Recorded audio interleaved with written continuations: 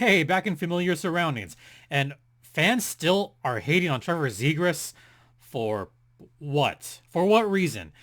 And what fans are angry about is the fact that Seattle doesn't have an all-star representative.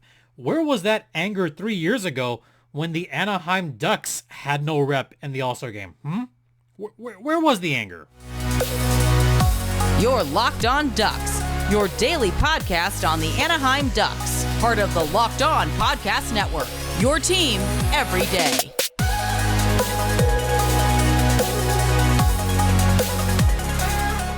Welcome to Locked On Anaheim Ducks, part of the Locked On Podcast Network. I'm your host, Jason J.D. Hernandez. I've been covering hockey for over a decade, thanking you for making this your first listen of the day.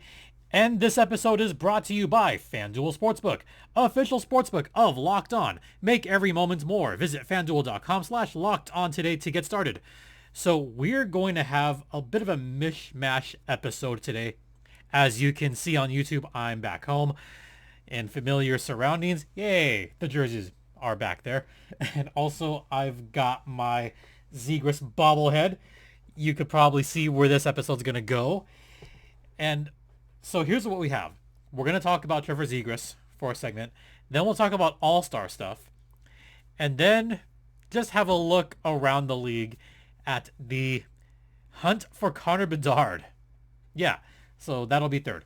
First, Trevor Zegras. What?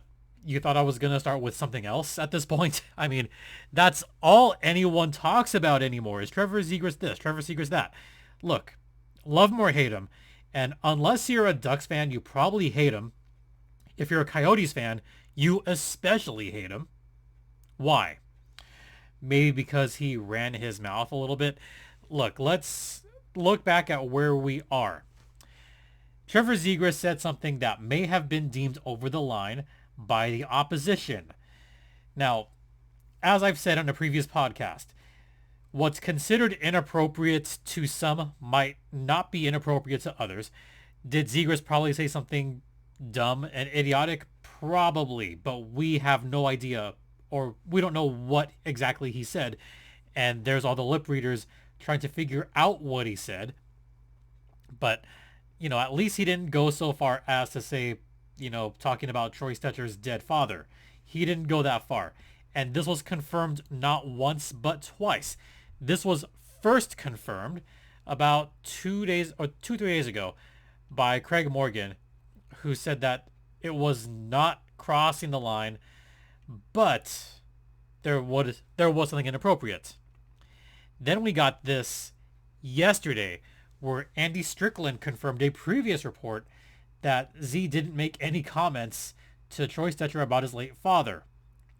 And Andy Strickland even said this in a tweet, quote, "Pretty strong accusation to make about someone, especially when it isn't true," end quote. There's a lot to be said about that because I could see what the Coyotes fans are saying. I could see what the Ducks fans are saying. I could see what everybody else is saying. It seems like Trevor Zegras is the one player that causes the biggest chasm in fandom right now. There's literally half the fans that love what Zegras is doing and the other half that absolutely hates him. There's the parts that hate the hot dogging.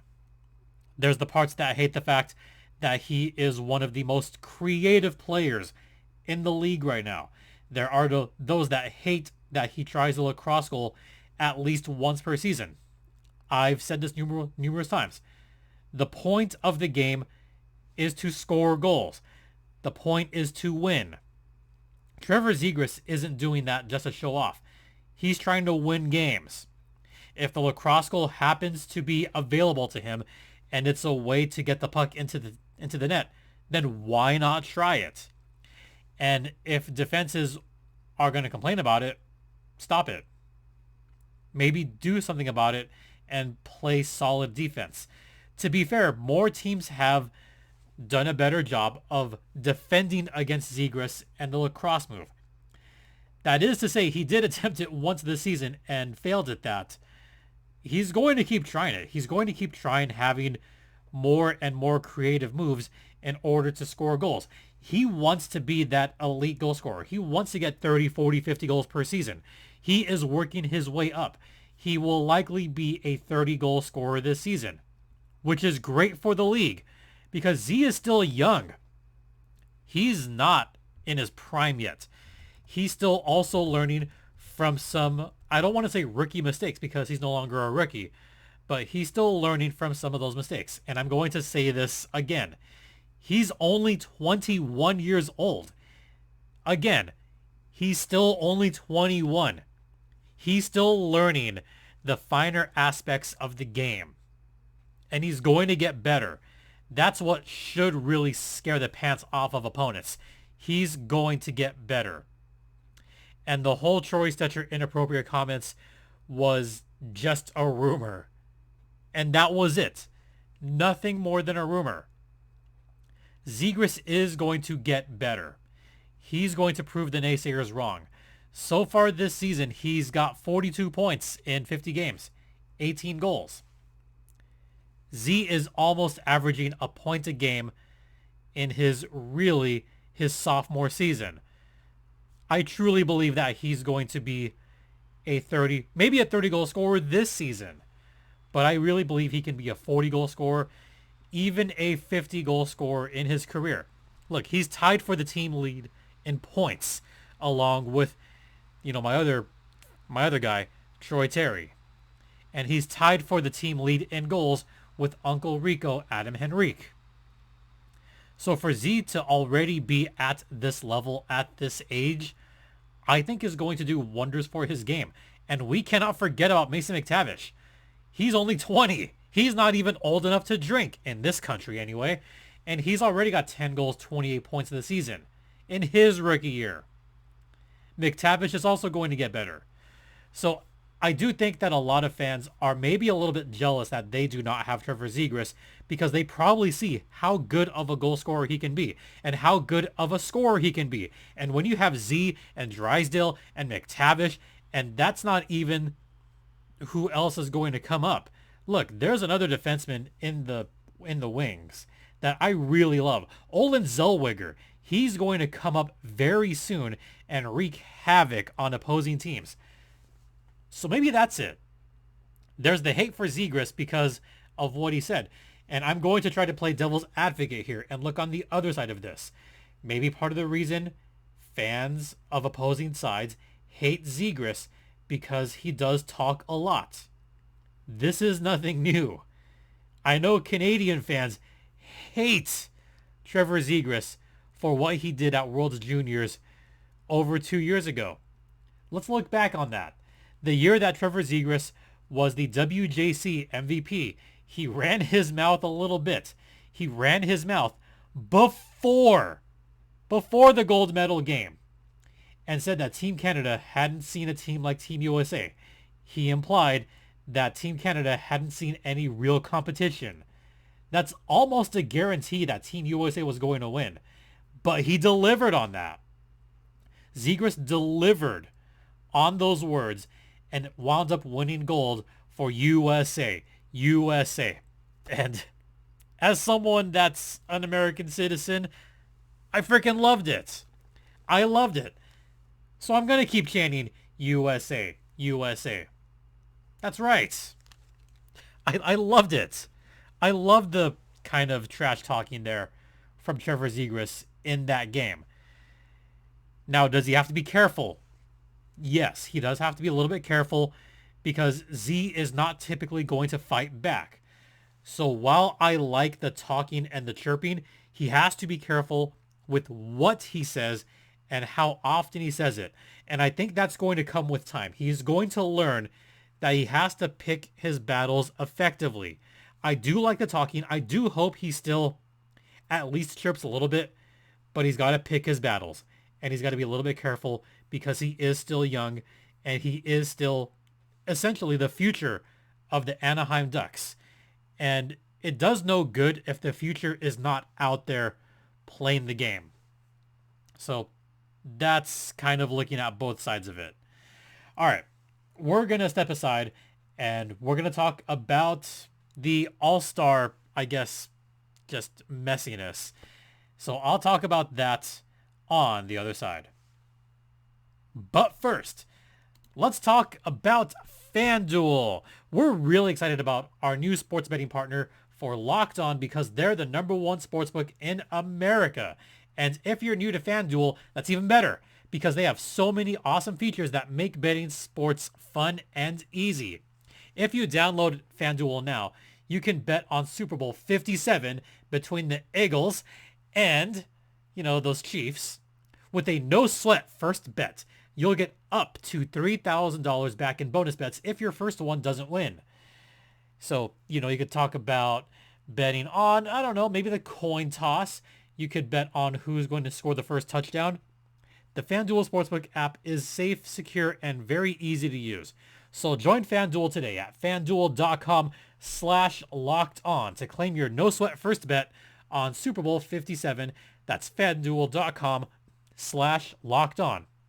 Make every moment more with FanDuel, official sportsbook partner of the NFL. And please gamble responsibly. Hey guys, welcome back to Locked On Anaheim Ducks, part of the Locked On Podcast Network. Once again, you're locked in with Jason JD Hernandez. So we just got done talking about Trevor Zegras. Now we're going to talk about All-Star stuff. And this does relate to the Ducks a little bit. So this was announced a few days ago that Matty Beniers would be missing the All-Star game in South Florida. That's a big blow. So I'm just going to have full disclosure here. I am employed by the Coachella Valley Firebirds, which is the AHL affiliate of the Seattle Kraken. I was excited to see Matty Beniers make the All-Star game, and I thought it was well-deserved because Seattle is a very good team. Seattle is leading the division right now, going into the All-Star break. And then he gets injured by Tyler Myers, who is now public enemy #1 in Seattle. Myers just pummeled Matty Beniers to the ground. Beniers missed the last couple of games, and then it was announced that he was not able to go. He might even miss more time. He might miss a week or so, but he's already missed 2 games. So what does the NHL do? They replace him with someone that is not a part of the Seattle Kraken. In fact, they replace him with someone from Vegas, Chandler Stevenson. We've seen this before. Ducks fans only would remember this. But Ducks fans will remember that a certain player was replaced by someone from Vegas. Sound familiar, Ducks fans? Well, it should. Because this exact thing happened 3 years ago. Let me take you back to 2020. January 2020. Jakob Silfverberg was named an All-Star for the first time in his career. He chose to opt out of attending the All-Star game because his wife was very pregnant and they were expecting, so he needed to be there for the birth of his child, which turned out to be a good move because that child was born right around the All-Star game. So Jakob Silfverberg did not participate, but for a very, very good reason. Also, Marc-Andre Fleury from the Vegas Golden Knights chose not to play in that All-Star game. So already you had the Ducks representative out, and you had Vegas's representative out. So what does the league do? Well, let me keep going here. Logan Couture was injured from the Sharks. He couldn't go. Darcy Kemper from the Coyotes was also injured. He couldn't go. So where was the outrage when Jakob Silfverberg was replaced by Max Pacioretty? Where was that outrage? There was none. There was no outrage. At least across the league there wasn't, because Vegas was still the cool new team and they were still the new kids on the block. So yeah, why not? Yeah, it was ridiculous. So the Ducks had no representative. Calgary had 3 reps: Matt Tkachuk, Mark Giordano, and David Rittich. Vancouver also had 3: Elias Pettersson, Quinn Hughes, and Jacob Markstrom. The Ducks had no representatives. Max Pacioretty was the lone rep for the Vegas Golden Knights. And there was no outrage across the league that, oh, the Ducks need to have a representative. Every team is, there except for the Ducks. Where's the outrage? There was none. Where's the outrage that there is now? Because I could see on Twitter a lot of fans and a lot of media people pretty much blasting the Seattle Kraken for not having a rep on the All-Star game this year. And I could give you a few reasons why there is much more of an outrage now than there was back then. There's more of an outrage now because there's plenty of other players from Seattle that are also deserving. There's more outrage now because Seattle is the most recent team. There's a big outrage because they're in first place.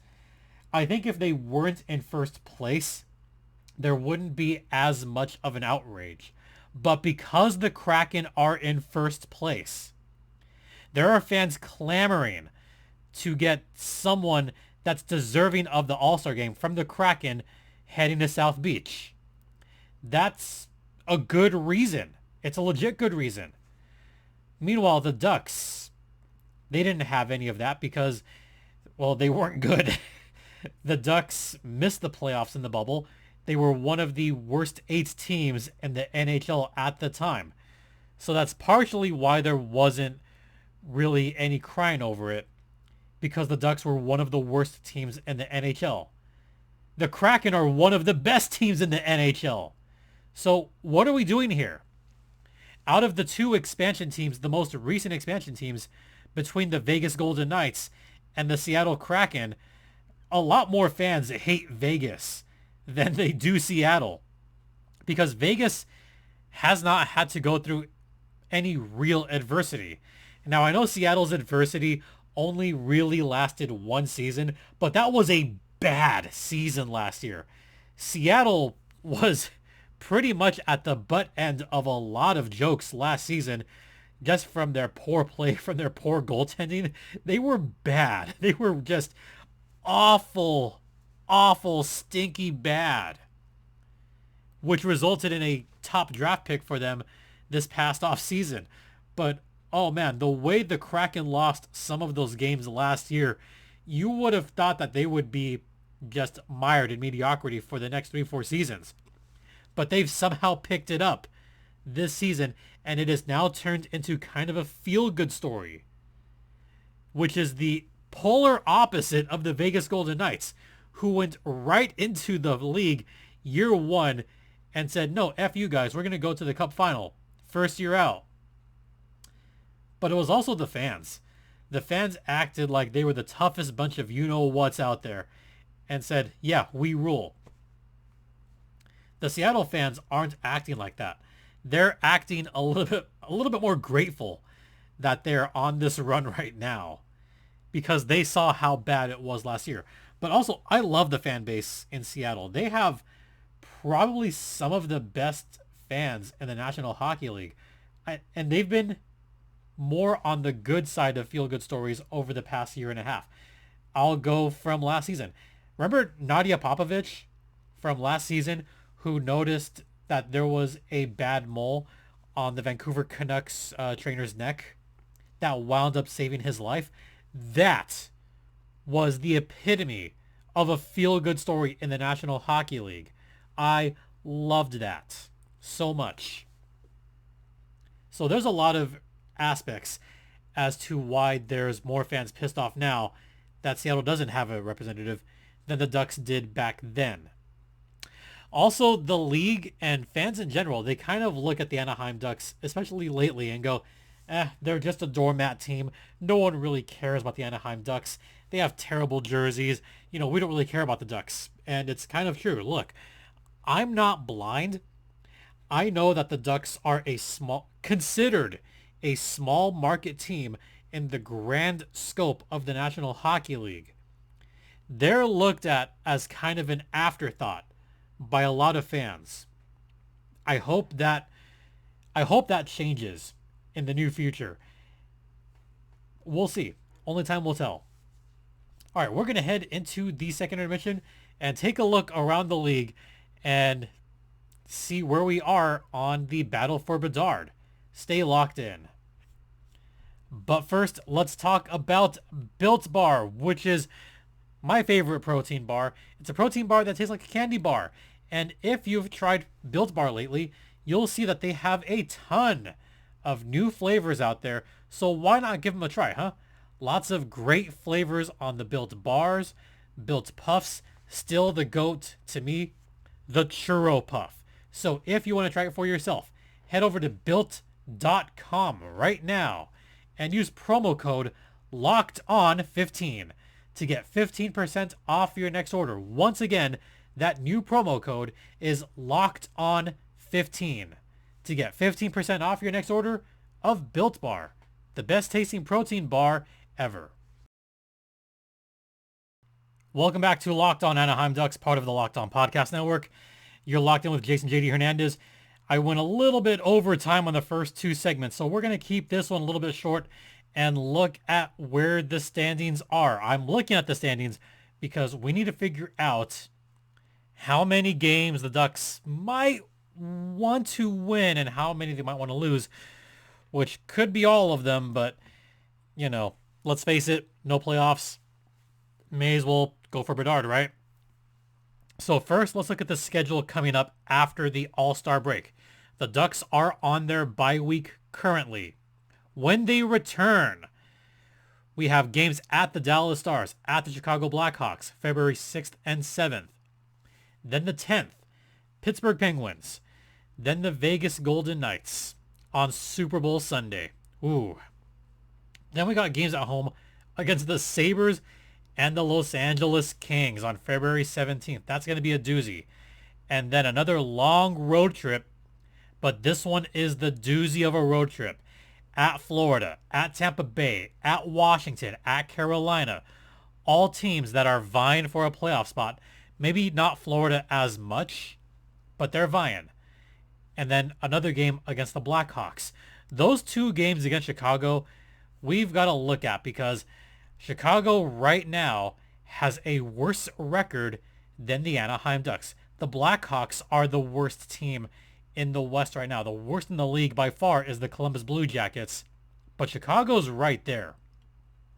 Chicago might want to think about tanking hard as well as the Ducks. Looking at the standings right now, the worst team is the Columbus Blue Jackets. They've only got 34 points in 51 games. The Blackhawks also have 34 points, but they've played in 48 games, so they've got more grounds to make up, I guess. Then the Ducks at 37 points, and then the Coyotes at 38 points. So the Coyotes are winning by one standings point. Yeah, watch that come back to bite them in the butt, and they wind up with like the 5th pick in the draft. Just watch that happen, folks. And then after that, to round out the rest of the standings, you have the Sharks at 41 points, the Canucks at 43 points, who are going through their own stuff. Then the Habs at 44 points. And then finally we have the St. Louis Blues at 49 points. Those are all teams that are going to be looking at this year's draft, and they're going to be looking really hard at a Connor Bedard, at an Adam Fantilli. Those are your top two prizes in this year's draft. That's what everyone is gunning for. But it's going to take some help from the ping pong balls. And it's going to take a little bit of help from those other teams that are vying for a playoff spot. I mentioned that 4-game road trip through Florida, Tampa Bay, Washington, Carolina. I'd be shocked if the Ducks come away with more than 2 points during that road trip. That one's going to be tough. And then March is not going to be much easier because they've got a bunch of games against good teams in their division. They've got a couple against the now resurgent Kraken, a couple against the now resurging, I shouldn't say resurging, but they're slowly getting better, Calgary Flames. But they've also got a game against the Blue Jackets in there. They've got a game against Vancouver in there. Battle for Bedard is going to be strong during those games. All right, that's going to do it for this particular podcast. Once again, thanks for watching. Thanks for listening. Audio is going to come out first. Video is going to come out much later. In fact, video is probably going to come out Thursday morning along with Goals Thursday. So be on the lookout for that. In the meantime, thanks for watching. Don't forget, you can follow the show on Twitter at @LO_Ducks. You could follow my personal Twitter at StimpyJD. And you could email me at lockedonanaheimducks@gmail.com. Love getting those emails. And also, this podcast is free and available across all platforms, including Stitcher, Spotify, Odyssey, Apple Podcasts, Google Podcasts, YouTube, Amazon, and all that jazz. Once again, thank you all for your continued support. It is greatly appreciated. For Locked On Anaheim Ducks, I'm Jason J.D. Hernandez saying have a great rest of the day. Please continue to be safe out there, be kind to one another, and Ducks fly together.